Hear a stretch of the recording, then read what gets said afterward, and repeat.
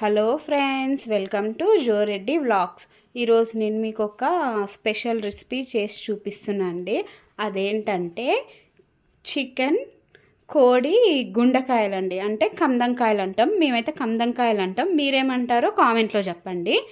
మేము చికెన్ కందంకాయలు అంటాం. ఫస్ట్ మనం దాన్ని కొంచెం కందంకాయల్ని క్లీన్ చేసుకొని కొద్దిగా పసుపు వేసుకొని ఉడకబెట్టుకొని అలా పక్కకు పెట్టుకోవాలండి. మనకు కావాల్సిన సైజులో పీసులు కట్ చేసుకొని ఇలా మనం స్టవ్ వెలిగించి కడాయి పెట్టుకొని ఆయిల్ వేసుకోవాలి. ఆయిల్ హీట్ అయ్యేలోపు ఆనియన్స్ ఇలా వేసుకోవాలి. కొన్ని ఆనియన్స్ పడతాయండి, ఒక చిన్న ఆనియన్ వేసాక ఒకసారి కలుపుకొని మంచిగా కాస్త కలిపేస్తే అది ఉడుకుతుంటుంది. మనం ఇందులో పచ్చిమిర్చి రెండుగా ఇట్లా చీల్చుకొని పచ్చిమిర్చి వేసుకోవాలండి. పచ్చిమిర్చి వేసుకొని ఒకసారి కలిపేసుకోవాలి. ఇప్పుడు మనం కొద్దిగా సాల్ట్ అంటే మనం దీనికి ఎక్కువ సాల్ట్ పట్టదండి. మనం టేస్ట్కి తగ్గ సాల్ట్ అంటే ఎక్కువ వేసేసుకుంటాము. కొంచెం సాల్ట్ అయితే సరిపోతుంది. నేను చూడండి హాఫ్లో హాఫ్ కొద్దిగా సాల్ట్ వేసి అదే నాకు మొత్తం సరిపోయింది. ఇంకా సాల్ట్ వేసేసి కలిపేసుకోవాలి. ఇంకా మనం ఇంకెక్కడ సాల్ట్ వేయము, ఇక్కడే వేసేసుకుంటాము. ఎందుకంటే మనం పచ్చిమిర్చి ఇక్కడే వేసాం కాబట్టి. ఇలా పచ్చిమిర్చి సాల్ట్ వేస్తే ఆనియన్ పచ్చిమిర్చి కొంచెం మంచిగా వేగేస్తుంది.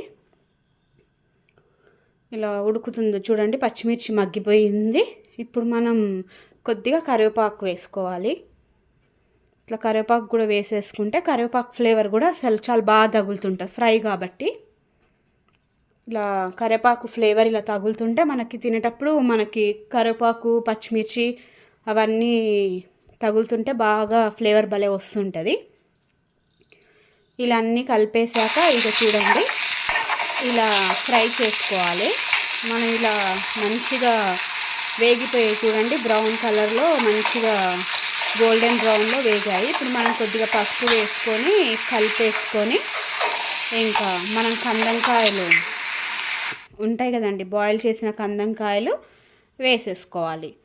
ఇప్పుడు మనం ఆల్మోస్ట్ కొత్తిమీరతో సగా నేను కందంకాయలు కట్ చేసి పెట్టుకున్నాండి. మనకు నచ్చిన సైజులో, అంటే చిన్నగా కావాలనుకుంటే చిన్నగా, పెద్దగా మనకి ఏ సైజులో కావాలో ఆ సైజులో కట్ చేసుకోవాలండి.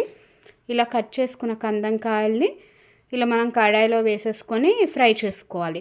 ఎందుకంటే కలుపుతూనే ఉండాలండి, లేకపోతే కింద కొంచెం అడుగు అంటినట్టు అవుతుంది, కొద్దిగా ఇట్లా మాడు అంటినట్టు.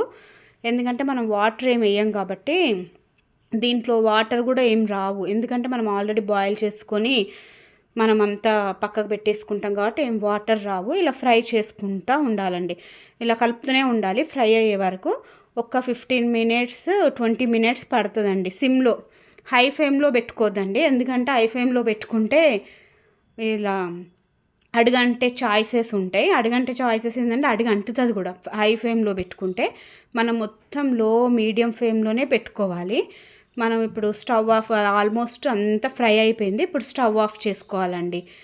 చూడండి ఎంతో టేస్టీ కందంకాయల ఫ్రై రెడీ. నచ్చితే లైక్ చేయండి, షేర్ చేయండి, సబ్స్క్రైబ్ చేయడం మర్చిపోకండి. మీకు ఇంకేమైనా రెసిపీస్ కావాలంటే కామెంట్ సెక్షన్లో చెప్పండి, నేను చేస్తానండి. మీకు నచ్చితే లైక్ చేయండి.